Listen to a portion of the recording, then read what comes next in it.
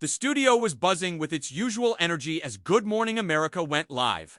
Cameramen adjusted their shots, producers whispered cues through earpieces, and the polished set gleamed under blinding lights. Jennifer Lawrence, dressed in a sleek black pantsuit with minimal makeup and an edge of intensity in her eyes, took her place across from George Stephanopoulos. It was supposed to be a standard publicity interview promoting her new political thriller, State of Disobedience. But the tension in the air hinted otherwise. Asterisk from the first question. George's tone wasn't exactly adversarial, but it wasn't soft either. Asterisk Jennifer. Congratulations on the film, he began with a practiced smile. It's already sparking conversation about government accountability and environmental policy. But I want to dive into a comment you made recently at the Climate Responsibility Summit. You said, and I quote, "We are watching environmental genocide in real time, orchestrated by corporations and sanctioned by lawmakers." Strong words. Do you stand by them? Asterisk Jennifer didn't blink. Absolutely, she said, leaning forward. Because that's what it is. When you knowingly let people die from poisoned air and water, when you allow corporations to wreck ecosystems without consequence, it's not negligence, it's destruction by design. Asterisk George gave a slight nod, as if expecting that answer. Some critics would argue that using a term like genocide might be inflammatory or even dismissive of other historical atrocities. Isn't that a bit of a stretch? Asterisk, she narrowed her eyes. It's not about comparison, it's about consequences. Lives are being lost. Whole communities are being sacrificed for quarterly profits. Just because it's not happening with guns doesn't make it any less deliberate. Asterisk, the control room grew quiet. George glanced at his notes but decided to push further. Asterisk, but when you, as one of Hollywood's most recognizable figures, make these kinds of declarations, don't you think there's a risk of alienating the very people you hope to influence? Some viewers might say you're out of touch sitting in a luxury hotel one day. Then telling working-class Americans their way of life is killing the planet. Asterisk Jennifer's mouth tightened. Wow, that's the angle. Not how do we stop environmental collapse, but should celebrities shut up about it? Asterisk George raised his hands slightly. I'm just trying to ask the questions people at home are thinking. Asterisk no, she said, her voice colder now. You're trying to frame this as me being too privileged to care. But here's the thing, I do care. I've spent time in the places nobody wants to talk about. I've met families whose kids are getting cancer from factory runoff. I've sat with mothers who bury their children while lobbyists toast champagne. Asterisk, she was visibly agitated now, her voice cracking just enough to betray the emotion underneath. And I'm sorry if the truth makes for bad morning TV, but I didn't come here to sugarcoat. Asterisk, the atmosphere shifted palpably. Even the studio audience, normally kept calm and passive, stirred with murmurs. Asterisk George, still trying to regain control of the conversation, asked, but do you think that perhaps approaching this with a less confrontational tone might open more doors, make you more effective as an advocate? Asterisk Jennifer gave a short, incredulous laugh. So I should be more polite about environmental collapse. I should smile and nod while people choke on smog and drink water that sets on fire.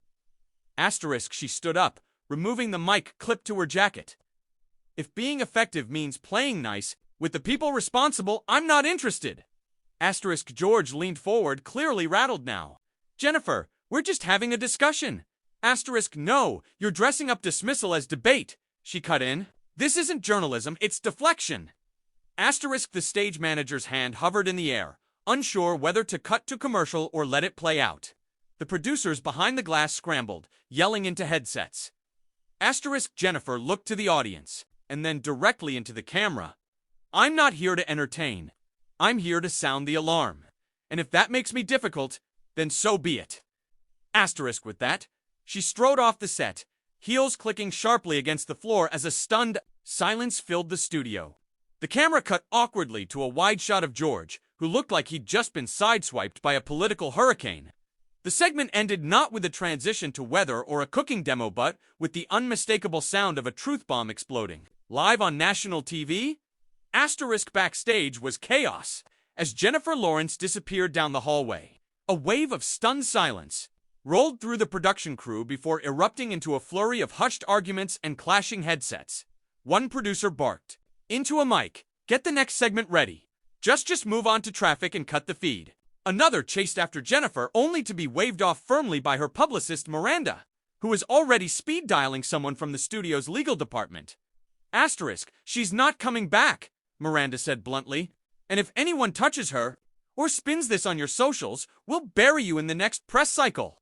Asterisk, meanwhile, inside Jennifer's black SUV, waiting outside the studio's side entrance, the actress was still seething. Her hands trembled as she unlocked her phone.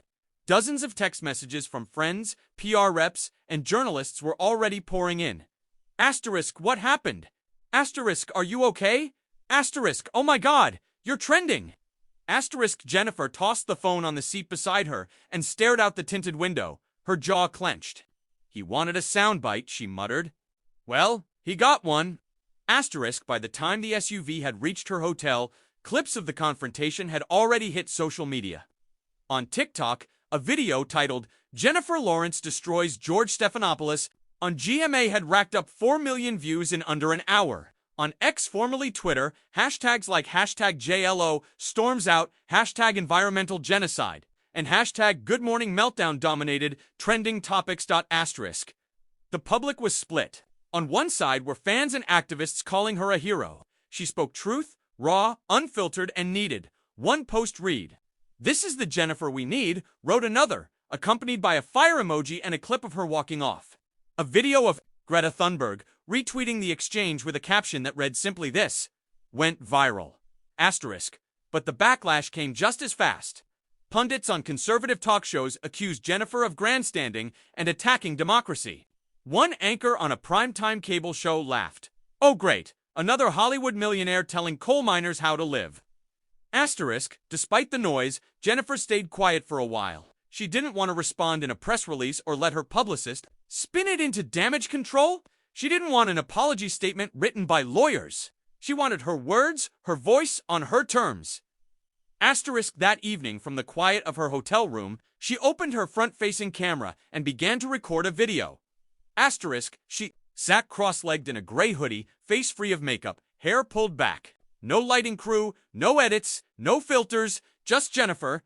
Asterisk. "I want to say a few things," she began, her voice calmer but no less passionate. "This morning, I walked off Good Morning America, and I want to be clear, I didn't walk off because I was upset that someone challenged me. I walked off because I was tired of pretending that this is all just polite debate. It's not." She paused, eyes steady on the camera. "When we talk about environmental collapse, we're talking about people, not just trees and oceans. We're talking about families losing homes to floods, children developing asthma from smog, and entire communities poisoned while politicians cash checks. And if calling that environmental genocide makes some people uncomfortable, maybe they should be uncomfortable." Asterisk.